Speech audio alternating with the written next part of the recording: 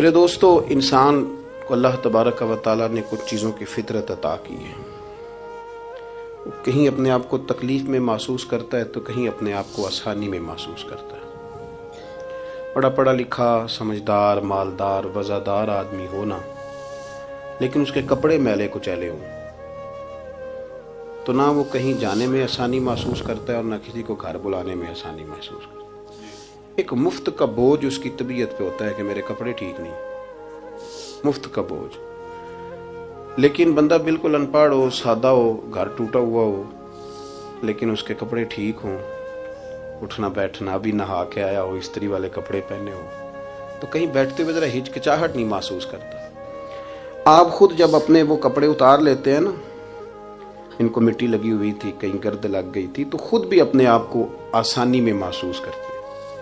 ورنہ نا وہ ساری محفل میں سب سے زیادہ توجہ اسی بات پہ رہتی ہے کہ میرا بٹن ٹوٹا ہوا ہے، اور وہ جینے ہی نہیں دیتا کہ بٹن جو ٹوٹ گیا ہے، تو بار بار بندے کا خیال ہوتا ہے کہ کدے تک نہ لائے کوئی۔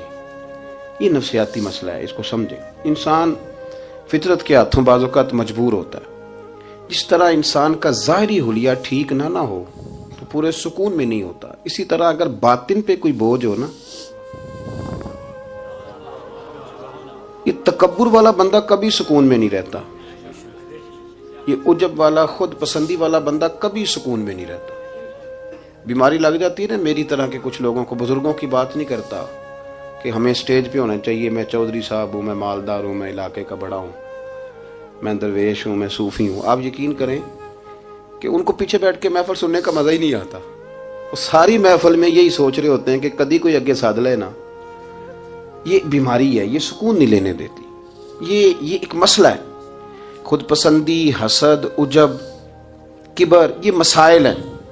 آپ جو مرضی کر لیں، یہ آپ کو سکون نہیں لینے دیں گے۔ کسی بندے کا یہ ذہن بن جائے نا کہ میں جانا جاؤں، میں پہچانا جاؤں، تو آپ یقین کریں کہ وہ منتیں کرتا ہے کہ یار کوئی مہربانی کرو، میرا بھی ذکر کرو کہیں۔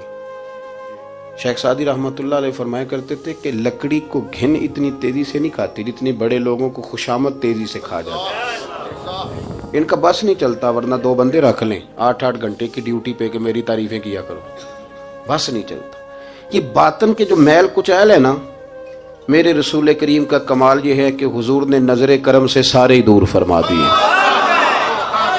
اور محبوب کے اپنوں نے جب نبی پاک سے دلیل مانگی نا کہ آپ اللہ کے نبی ہیں، تو اس کی دلیل کیا ہے؟ اپنوں نے دلیل مانگی، قریش نے۔ اپنوں کو منوانا ذرا مشکل ہوتا ہے نا، یہ اللہ کا قانون ہے، اس نے چراغ کے بالکل نیچے اندھیرا بنا دیا ہے، اس کا قانون ہے، کیا کیا جائے؟ نہیں مانتے۔ اپنوں کو منوانا، قریبیوں کو۔ انہوں نے جب، میرے ایک دوست نے مجھ سے کہا کہ ایک نہیں سمجھ آئی کہ جب کوہ صفا پہ حضور نے کہا تھا کہ میں اگر تمہیں کہوں کہ اس طرف دشمن کھڑا ہے تو سارے کہہ رہے تھے ہم آپ کی بات مانیں گے، تو میں نے کہا وہ سرکار کو ماننے کی بات تھی۔ یہاں بھی بہت سارے لوگ ہیں وہ کہتے ہیں حضرت صاحب آپ کی عزت بڑی کرتے ہیں، پر چپ کر جائیں، سیاست کا نام نہ لینا۔ میری بات کی سمجھ آ رہی؟ آپ کی عزت بڑی کرتے ہیں پر چپ کر جائیں۔ آپ نے یہ نہیں کہنا کہ سود نہ کھاؤ، بالکل آپ نے یہ نہیں کہنا کہ چودھری صاحب کے بچے کی شادی پہ بینڈ باجا نہیں ہونا، کیونکہ ہم تو عزت کرتے ہیں۔ عزت کرنا اور ہوتا ہے اور بات ماننا، ان میں فرق ہوتا ہے نا جی۔ کچھ لوگ حیا کرتے ہیں پر بات، لیکن زیادہ خوشی اسی کی ہوتی ہے جو حیا بھی کرے اور بات بھی مانے۔ اپنوں نے جب دلیل مانگی نا کہ آپ اللہ کے رسول ہیں، تو اس کی دلیل کیا ہے؟ تو اللہ کریم نے فرمایا محبوب ان سے فرمائیے فقد لبثت فیکم عمرا من قبلہ، وہ باہر سے تو نہیں نہ آیا، میں نے تمہارے درمیان عمر کا حصہ گزارا ہے۔ افلا تعقلون، کیا تمہیں عقل نہیں؟ میری طرح کا کوئی سچا ہے تو دکھاؤ، کوئی صادق اور امین ہے تو دکھاؤ۔ تمہارے بیچ نبی کریم کا نا اٹھنا بیٹھنا چلنا پھرنا یہ اس طرح کا تھا کہ کوئی چیز کسی پر بوجھ نہیں بنتی تھی، بلکہ جو دیکھتا جاتا تھا مدینے والے کا غلام بنتا جاتا تھا۔ ہم نا آپ یقین کریں کہ اگر نکل آئے نا، آ جائیں سادگی پہ، سادی زندگی بڑی آسان ہوتی ہے، بڑی آسان۔ یہ جو بچے 4,500 روپیہ لگا کے بال کھڑے کراتے ہیں نا سر پہ، یہ پھر پریشان بھی رہتے ہیں کہ اتنے پیسے لگا دیے، دیکھا کسی نے بھی نہیں۔ اور جو بزرگ ابھی آیا نا، اس نے گھاس کاٹی ہے، بھینسوں کو چارہ ڈالا ہے، کپڑے بس اس نے جلدی سے پہن لیے صحیح استری، اس کو کوئی فکر نہیں، کوئی دیکھے تب بھی ٹھیک ہے، نہ دیکھے تب۔ نبی پاک صلی اللہ علیہ وسلم نے انسان کو کہا کہ اندر کا بوجھ اتار دے ورنہ تیرے لیے جینا مشکل ہو جائے گا. یہ اتار دے اندر کے سارے بوجھ، یہ جھوٹ کا بوجھ، یہ عداوت کا بوجھ، یہ حسد کا بوجھ. اعلیٰ حضرت بریلوی رحمۃ اللہ علیہ ملفوظات شریف میں فرماتے ہیں کہ حسد کرنے والا سامنے والے بندے پہ اعتراض نہیں کرتا، بلکہ حسد کرنے والا اللہ کی تقسیم پہ اعتراض کرتا ہے. وہ کہتے ہیں اسے کو دیا ہے مجھے دینا چاہیے تھا. بحث کرتے ہیں لوگ، اپنے گھر بیٹھ کے دلائل جمع کرتے ہیں. کبھی کسی شخص کے بارے میں آپ ذرا قرآن مجید پڑھیں اور میرے رسول کریم صلی اللہ تعالی وسلم کی احادیث کا مطالعہ کریں. قرآن تو حضرت موسیٰ کی شان بھی بیان کرتا ہے، حضرت یوسف کے تذکرے نہیں بیان کرتا قرآن. جناب عیسیٰ روح اللہ کی عظمت قرآن بیان نہیں کرتا. اعلیٰ حضرت بریلوی رحمۃ اللہ علیہ کے سامنے کسی نے شعر پڑھا کہ شان یوسف جو دبی تو وہ بھی اسی در پہ دبی، تو اعلیٰ حضرت فرمانے لگے تمہیں غلطی لگ گئی ہے، میرے نبی کسی کو دبانے نہیں آئے. تو بندے بڑے حضرت ہوتے ہیں نا جی، اعتراض تو پڑا ہے ابھی باٹتے پہ ہے. تو کہنے لگا جی شعر پہ اعتراض کرنا آسان ہے پر شعر کہنا مشکل ہے. تو فرمانے لگے چلو کہہ بھی دیتے ہیں. اس نے کہا دی اب کہیے. تو فرمانے لگے شعر یوں کہو کہ شان یوسف جو بڑی وہ بھی اسی در سے بڑی. شان یوسف جو بڑی تو وہ بھی اسی. عزت دینے سے آپ کوئی کمزور ہو جائیں گے؟ کوئی نقصان ہو جائے گا کسی کو عزت دینے سے؟ کیا فرق پڑتا؟ لیکن آپ یقین کریں کہ وہ اتنی مصیبت بنی ہے عزت لینے کی، پروٹوکول لینے کی، اپنا آپ منوانے کی، اتنی زیادہ. بلکہ وہ لوگ جن کو بالکل اس چکر میں نہیں پڑنا چاہیے تھا، درویش لوگ، وزیروں کا بھی استقبال ہو رہا ہوتا ہے اور پیروں کا بھی استقبال ہو رہا ہوتا ہے. کوئی وزیر چڑھ جائے روڈ پہ تو رستہ غریب آدمی کو پھر بھی نہیں ملتا، تو کوئی تگڑا پیر چڑھ جائے تو پھر بھی نہیں رستہ ملتا. حالانکہ یہ درویش ہیں، یہ فقیر ہیں، یہ فقر کا درس دیتے ہیں، لیکن چاؤ ہی بڑا ہے. میرے رسول کریم صلی اللہ علیہ وسلم نے سادہ اور سمجھ والا اور عین طبیعت کے مطابق جس میں کسی بندے کو کوئی مشکل نہ ہو. پتہ ہے میرے محبوب کا کمال یہ تھا کہ نبی کریم تک رسائی بڑی آسان تھی. ہر بندہ بڑی آسانی سے پہنچ جاتا، بڑی آسانی سے. بخاری میں بھی حدیث ہے لیکن قاضی اعجاز رحمۃ اللہ تعالی علیہ نے بڑے پیار سے لکھی ہے اور انوکھا رنگ ان کی تحریر میں چھلکتا ہے. حضرت انس بن مالک رضی اللہ تعالیٰ عنہ فرماتے ہیں کہ ملک شام کا ایک شخص حضور کی بارگاہ میں حاضر ہوا اپنے بادشاہ کا کوئی پیغام لے کے. غریب آدمی نا ویسے ہی طبعاً ہی تھوڑا سا مایوس ہوتا ہے، ڈر رہا ہوتا ہے، وہ سہما ہوا ہوتا ہے. لیکن حالات کے سہمے ہوئے لوگوں کو بتا دو حالات بدل جاتے ہیں، ایک جیسے نہیں رہتے. لیکن یہ بیچارے سہمے، یہ ہر جگہ ڈر رہے ہوتے ہیں. یہ آستانوں پہ بھی ڈر کے پیچھے بیٹھے ہوئے ہوتے ہیں، آستانوں پہ بھی پروٹوکول مل رہا ہوتا ہے جس کی جیب تگڑی ہوتی. تو ڈرتے ہیں یہ لوگ اور ان پہ پریشر بڑھا دیا جاتا ہے. کچھ ایسے کام کیے جاتے ہیں جن سے ان کی دلوں پر بوجھ بھی رہتا ہے کہ نہیں یہاں بات کوئی نہیں کرنی. حضرت انس بن مالک رضی اللہ تعالیٰ عنہ فرماتے ہیں جب وہ آیا نا نبی کریم کی بارگاہ میں تو وہ کانپنے لگا. کوئی بات بھی نہیں ہوئی، کوئی ایسا مسئلہ بھی نہیں ہوا، لیکن وہ کانپنے لگا اور تھر تھر کانپنے لگا. تو اللہ کے رسول صلی اللہ علیہ وسلم نے اسے فرمایا کہ کیوں ڈرتے ہو، کیا بات؟ کہنے لگا میں مدینے کی جو ریاست ہے اس کے سربراہ کے پاس آیا. غریب آدمی ہوں، ڈر لگتا ہے کوئی ایسی بات نہ ہو جائے کہ آپ ناراض ہو جائیں. تو انہوں نے تو دیکھا تھا نا ان لوگوں کو کہ جو جانور کو مالک کی مرضی کے بغیر چھاؤں میں باندھ دیتے تھے تو مار پڑتی تھی. اتنا سیانا ہو گیا تو مرضی کرے گا، مجھے ڈر لگ رہا ہے. حضرت انس بن مالک کہتے ہیں بات کہاں کی تھی چلی کہاں گئی. اس نے کیا کہا اور پھر جواب میں میرے محبوب نے کیا فرمایا. آپ ذرا بات کا لیول دیکھیں اور حضور کی گفتگو کا سٹیٹس دیکھیں. یہ وہ لوگ، یہ وہ تربیت ہے جو لوگوں کے دلوں اور روحوں تک اترتی ہے. میرے نبی کریم صلی اللہ تعالی علیہ وسلم نے بات سنی تو حضور رو پڑے اور اتنا روئے کہ گھٹنوں کے بل زمین پر بیٹھ گئے. جناب انس بن مالک فرماتے ہیں حضور فرمانے لگے نہ بھائی تو کسی بادشاہ کے پاس نہیں آیا، نہ تو کسی حکمران کے پاس نہیں آیا، تو اس بیٹے کے پاس آیا ہے جس کی ماں گوشت کے خشک ٹکڑے کھا کے بھی رات گزار لیا کرتی. میری ماں تو گوشت کے خشک ٹکڑے کھا کے رات گزار لیتی تھی، نہ تو کسی. حضرت انس بن مالک کہتے ہیں اس نے بات سنی تو وہ بھی رو پڑا اور میں نے سنی تو میں بھی رو پڑا. دوستو رسول کریم دیکھیں نا ہم لوگوں نے کس طرح کا لیول بنایا ہوا ہے. ابھی تک وہ جو دولت کا رٹا ہے تھوڑا بہت وہ ابھی تک چلتا ہے. ابھی تک خاندان کے اندر کوئی بندہ امیر ہو جائے تو چودھری بھی وہی ہوتا ہے، سیانا بھی، میرا تو خیال ہے پیر بھی وہی ہوتا ہے. شرط یہ ہے کہ اس کے پاس پیسے ہونے چاہیے، وہی شیخ ہوتا ہے، سارا کچھ وہی ہوتا ہے۔ نبی پاک صلی اللہ علیہ وسلم نے ہمیں کہا کہ یہ تمہارے اندر کے بوجھ ہیں، ما حاک فی صدرک، گناہ جو ہوتا ہے یہ کھٹکتا ہے سینے میں، یہ بندے کو پریشان کرتا ہے، بندہ تکلیف میں ہوتا ہے، کسی کو پتہ نہ چل جائے۔ ہم لوگوں نے آہستہ آہستہ کر کے نا احساسات کی دنیا چھوڑ دی ہے، ہمارا مزاج نہیں، چھوٹی چھوٹی باتیں ہوتی ہیں لیکن ہم توجہ نہیں نہ کرتے۔ کوئی اتنا مشکل بات نہیں کہ رات کو بیٹا پھل لے کے آیا تو اپنی بیوی کے کمرے میں چلا گیا۔ لوگ اس کی ماں کو اور اس کے باپ کو یہ بات آسانی سے کہہ دیتے ہیں کہ آپ حوصلہ کریں، دفع کریں، جو کر رہا ہے کرنے دیں، لیکن جس بندے کی کل کمائی اس کا پتر ہو اور بھری جوانی میں جس نے کہا ہو بیوی سے کہ چل میں پرانے کپڑوں پہ عید گزار لوں گا، تو نئے کپڑے بچوں کے لے آ، جس نے 30 سال سعودی عرب میں، دبئی میں، مسقط میں، پردیس میں گزارے ہوں اور وہاں کمبل بھی نہ بدلا ہو کہ چلو بچے میرے پڑ جائیں، اس کی کل کمائی باغ تیرے دی کر کر راکھی، ساری عمر گزاری تو جدوں یہ باغ پکن تے آیا لے گئے اور وپاری، تو وہ پھر جا کے تو 6 کنو رکھ کے پلیٹ میں اپنی بیوی سے کہتا ہے جا ابا جی کو دے آ۔ یہ کہنا آسان ہے باپ کو کہ تو صبر کر، حوصلہ کر، پر وہ باپ جب پیچھے پلٹ کے دیکھتا ہے تو کہتا ہے دنیا نے تو تجھے تحفہ دیا ہوگا، میں نے تو جوانی تجھے دے دی، خوشیاں ساری تیرے نام کر دی اور تو میرے ساتھ یہ سلوک کرنے چلا۔ احساسات نہیں، اس کو پتہ ہی نہیں، روز دوست کو ٹیلی فون کرتا ہے کہ آج باہر سے کھانا کھائیں، کبھی ابا جی کو بھی کرنا کہ ابا جی آج میرے بغیر روٹی نہ کھانا، میں آؤں گا تو مل کے کھائیں گے۔ کبھی کہے اماں کو کہ اماں مجھے بڑے بڑے ریسٹورنٹ میں وہ مزہ نہیں آیا کہ تیرے ہاتھ کے چاولوں کی روٹی میں مزہ آیا، آج پکا نا۔ مجھے لگتا ہے اماں کو راشا بھی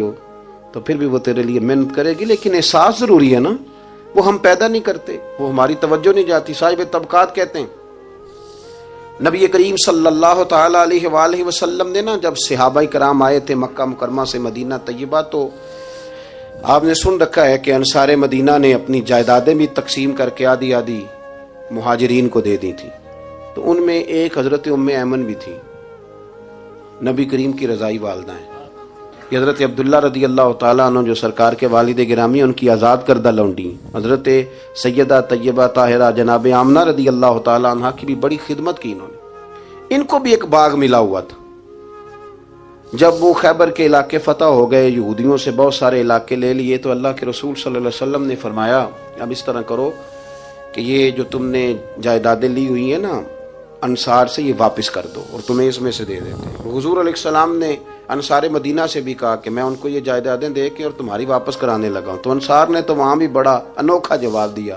کہ یا رسول اللہ ہماری والے بھی رہنے دیں اور وہ والے بھی ان کو دے دیں، وَيُؤْثِرُونَ عَلَىٰ أَنفُسِهِمْ وَلَوْ كَانَ بِهِمْ خَصَاصَةٌ، یہ بھی ان کو ان کے پاس رہنے دے۔ محبوب نے فرمایا نہیں، میرا فیصلہ یہی ہے۔ حضرت ام ایمن رضی اللہ تعالی عنہ کے حصے میں ایک باغ آیا ہوا تھا، تو محبوب کریم سید عالم صلی اللہ علیہ وسلم نے کہا اماں جی آپ کو کوئی اور باغ دے دیتے ہیں، یہ والا باغ واپس کر دیں۔ سیدھی سادی بیوی تھی، ناز تھا کہ میں نے حضور کی خدمت کی ہے بچپن میں، ناز تھا، کہنے لگی میں تو نہیں واپس کرتی، یہ ناز ہے، ورنہ حضور کو کوئی انکار کر سکتا، میں تو نہیں واپس کرتی۔ حضرت عائشہ صدیقہ رضی اللہ تعالی عنہ فرمانے لگی اماں جی یہ آپ کیا کہہ رہی ہیں؟ حضور فرمانے لگے عائشہ آپ خاموش ہو جائیں، یہ بڑھاپا ہے، اس کے احساسات ہیں، اس کے جذبات ہیں۔ آپ یقین کریں کئی دفعہ بوڑھے بیچارے نا درد سے بات نہیں بتاتے کسی کو، وہ کہتے ہیں کیا کریں، کپڑا اٹھائیں تاکہ پیٹ ننگا ہو جائے، کیسے بات کریں۔ نبی کریم سید عالم علیہ الصلوۃ والسلام اماں جی کے قریب گئے، کہا اماں جی میرے ساتھ چلو ایک دفعہ باغ دیکھ تو لو۔ حضور ساتھ لے کے گئے، ایک باغ دکھایا تو کہنے لگی نہیں میں نے نہیں لینا، یہ مجھے میرے والا ٹھیک ہے۔ حضور نے پھر دوسرا دکھایا، کہنے لگی یہ بھی نہیں مجھے پسند۔ محبوب نے تیسرا دکھایا تو کہنے لگی یہ تو میرے والے باغ سے بھی پیارا ہے، یہ میں لے لوں گی۔ جب وہ مسکرائیں تو حضرت عائشہ کہتی ہیں میں نے حضور کی آنکھوں میں آنسو دیکھے، فرمایا الحمدللہ اس کا دل نہ راضی ہو گیا ہے۔ یہ طریقہ ہے میرے عزیز، تھوڑے احساسات تو پیدا کریں، تھوڑے اپنے جذبات۔ کتنی خود غرضی والی زندگی ہے کہ مجھے صرف میرا ہی خیال ہے، اور جو جہاں بیٹھا ہے نا، پتہ ہے ہم پریشان زیادہ کیوں ہیں؟ میں مولوی ہوں تو میں سارا دن یہی تقریریں کرتا ہوں، لوگ مولویوں کی عزت نہیں کرتے، لوگ مولویوں کی عزت نہیں کرتے، تو میں کہتا ہوں چھوڑیں یہ رٹا، عزت مانگنے کی کیا ضرورت؟ اب منت مانگ کے عزت کرانی ہے؟ چھوڑیں، کوئی ضروری ہے؟ میں اس طرح کرتا ہوں کہ میں عزت کرنی شروع کر دیتا ہوں، میں کرتا ہوں نا 15-20 علماء کی عزت، چلو ہم آپس میں شروع کر لیتے ہیں، تو خود بخود باقی بھی مسئلہ ٹھیک ہو جائے. بوڑھے لوگ ہر وقت شکایت کرتے ہیں عزت نہیں کی جاتی، عزت کیوں آپ بھیک مانگتے ہیں؟ کیا ضرورت؟ پیار دینا شروع کریں، روز بروز مطالبہ کرنا کہ میری خدمت کرو، میرے پیچھے چلو، اس سے تو دقت پیدا ہوتی، انسان تکلیف میں رہتا ہے. میرے رسول کریم علیہ السلام خیال رکھتے، چھوٹے چھوٹے بچوں کے جذبات کا بھی خیال کرتے، بوڑھوں کے جذبات کا بھی خیال کرتے. نبی کریم صلی اللہ علیہ وسلم ہر شخص کے بارے میں ایسا نظریہ رکھتے کہ جس سے قوم کو سکون ہوتا، دلوں کے اندر اطمینان پیدا ہوتا. حضرت عائشہ صدیقہ رضی اللہ تعالیٰ عنہ فرماتے ہیں ایک دن گھر میں تشریف فرماتے اور طبیعت مبارک میں نا بڑی، میں دیکھ رہی تھی کہ بڑا حشاش بشاش ہے سرکار کا مزاج، بڑی خوبصورتی. آج غم امت میں حضور اس طرح پریشان نہیں جیسے اکثر ہوتے ہیں. آپ فرماتی ہیں باتیں چل رہی تھی تو بیٹھے بیٹھے حضور فرمانے لگے کہ عائشہ میں تمہیں بتاؤں تم مجھ سے راضی کب ہوتی ہو اور ناراض کب ہوتی ہو؟ کہتے میں نے عرض کی یا رسول اللہ میں اور آپ سے ناراض. فرمایا چل سن تو لینا، سن تو لینا، ذرا بات سننا، ذرا سن تو لے، سننا. عرض کی یا رسول اللہ حکم فرمائیں. فرمایا تم کبھی کبھی قسم اٹھاتی ہو، ذرا احساس کی شدت دیکھی، لفظوں اور جملوں کا خیال رکھنا، سامنے والے اسے آسانی دینا. نبی کریم صلی اللہ، دیکھیں نا، میں نہیں پرواہ کرتا جی، اب بیویوں کی باتیں کون سنے، میں نہیں پرواہ کرتا جی فلانا تو ان پڑھ ہے، لیکن جو ہمیں حضور نے ذوق دیا جینے کا، جو تسلی دی ہمیں زندہ رہنے کے لیے، جو ہمیں کہا کہ یہ چیز تمہیں جوان کرے گی، ٹھنڈا رکھے گی. نبی کریم صلی اللہ تعالی علیہ وآلہ وسلم فرمانے لگے عائشہ تم نہ کبھی کبھی قسم اٹھاتی ہو؟ کہا یا رسول اللہ اٹھاتی ہوں. فرمایا جب تم تھوڑا بہت ناراض ہوتی ہو نا کہ کسی اور زوجہ کے پاس وقت زیادہ گزر گیا ہے، تو پھر تم پتہ کس طرح قسم اٹھاتی ہو؟ تم کہتی ہو مجھے ابراہیم علیہ السلام کے رب کی قسم، اور جب تم راضی ہوتی ہو تو کہتی ہو مجھے محمد مصطفیٰ کے رب کی قسم. اور میں مجھے پتا ہے. جناب عائشہ کہتی ہے میں رو پڑی، میں نے کہا محبوبہ بات بالکل اسی طرح ہی ہے، لیکن قربان جاؤں یہاں تک خیال رکھتے ہیں آپ حضور، یہاں تک احساسات ہے، یہاں تک. فرمایا مجھے پتا ہوتا ہے کب تمہارا جذبہ کیا ہے اور کب تمہارا رنگ کیا ہے. دوستو یہ چیزیں جب نکل جاتی ہیں نا مزاج سے پھر آسانی ہو جاتی ہے. لیکن وہ ہمارا اپنے آپ کو پسند کرنا، اپنی طبیعت پہ ناز کرنا، اپنے آپ کو دیکھتے رہنا اور اپنی تعمیر میں اتنا غرق ہونا کہ باقی ساری خوبصورتیوں سے بھول ہی جانا، صرف نظر ہی کر لینا. تھوڑا تھوڑا پیار بانٹیں. اتنا اوپر کھڑے ہو کے نیچے دیکھو گے تو ہر شے چھوٹی نظر آئے گی. کبھی کبھی نیچے کھڑے ہو کے بھی اوپر دیکھیں، انشاءاللہ بڑے بڑے قد والے لوگ دنیا میں ملیں گے، بڑے بڑے قد والے. بہت سارے لوگ مجھے کہتے ہیں نہیں کامل پیر نہیں ملتا. میں کہ نہیں ملتا، پیسے بندے دی جیب ٹھیر سارے ہوں تو پھر کامل پیر کیویں ملے؟ اور 2 MA وہ کر جائے چاہے سیپلیوں میں ہی پاس کر جائے، پھر کامل پیر کیسے ملے؟ وہ ہو چودھری صاحب اور اس کو پیر مل جائے. ان 3 بندوں کو پیر ملتا، اس کے لیے تو تھوڑا نیچے اترنا پڑتا ہے نا جی. پہلے جو برتن بھرا ہوا ہو تو اس میں پیر صاحب کیا ڈالیں گے؟ کوئی خالی ہوگی تو شے اندر آئے گی نا. اپنی زندگی میں تھوڑا سا لیول. حضرت خواجہ شمس العارفین سیالوی رحمۃ اللہ علیہ، خواجہ صاحب گزر رہے تھے تو ایک بچہ نا، ہمارے دیہاتوں کے بچے جو ہوتے ہیں نا وہ ان کا اپنا سٹائل ہوتا ہے اور وہ بڑے مست لوگ ہوتے ہیں. اصل مزہ وہی بچے اٹھاتے ہیں جو دیہاتوں کے، وہ جو زندگی گزارتے ہیں بڑی شاندار ہوتی. میں آپ کو تجربے کی روشنی میں کہہ رہا ہوں، میں نے دیہات بھی کھول کے دیکھے اور شہر بھی سارے دیکھے الا ماشاء اللہ، ڈھیر سارے شہر میں نے دیکھے. اور میں نے اس میں دیکھا ہے کہ زیادہ سکھی یہی بچے رہتے ہیں جو مٹی میں بھی کبھی کبھی دوڑتے ہیں، ہاں جو سن لیتے ہیں تھوڑی بہت. آپ یقین کریں کہ سارے گاؤں کے بوڑھے ہی دادا ہوتے تھے اور سارے ہی چاچے ہوتے تھے اور سارے ہی. اب تو رٹا بن گیا، اب تو مسئلہ خراب ہو گیا، عجیب سی الجھن لوگوں نے پیدا کر دی. خواجہ صاحب رحمۃ اللہ علیہ گزر رہے تھے تو ایک بچہ بیری کو روڑے مار رہا تھا، روڑے سارے جمع کر دیے اور مارتا جا رہا ہے. اور یہ بچے گاؤں کے جب یہ فائرنگ کرتے ہیں نا بیری پہ تو یہ روڑے پہلے جمع کر لیتے ہیں تاکہ پھر بے دریغ بغیر رکنے کے اپنا کام کرتے رہیں. تو مار رہا تھا تو حضرت شمس العارفین رحمۃ اللہ تعالی علیہ آپ بھی گزرے، مریدین ساتھ تھے، تو 1-2 روڑا نا حضرت کو بھی لگ گیا. تو فرمانے لگا پتر ذرا خیال کرنا، میں بوڑھا آدمی ہوں، اس عمر میں تو زخم بھی ٹھیک نہیں ہوتے. اس نے بچے نے پلٹ کے دیکھا تو وہ تو جانتا تھا نا کہ چائے سے کیتلی زیادہ گرم ہوتی ہے، مرید ماریں گے. اس نے دوڑ لگا دی، بھاگا اور سر پٹ دوڑا. اور جب وہ تیزی کے ساتھ دوڑا نا، تیزی کے ساتھ، اللہ اکبر، تو خواجہ صاحب نے بھی مریدوں سے کہا اس کو پکڑ کے لاؤ. پکڑ کے لائے تو خواجہ صاحب فرمانے لگے دوڑتا کیوں؟ کہنے لگا جی دو حرفی بات ہے, آپ ماریں گے, آپ کے مرید ماریں گے, روڑا جو لگ گیا. کیا انداز ہے بزرگوں کا, پیار بانٹنے کا. یہ چیزیں انسان کو بڑا میٹھا رکھتی ہیں. آپ یقین کریں پروٹوکول سے نکل آئیں آپ سوکھے ہو جائیں گے, آسان زندگی.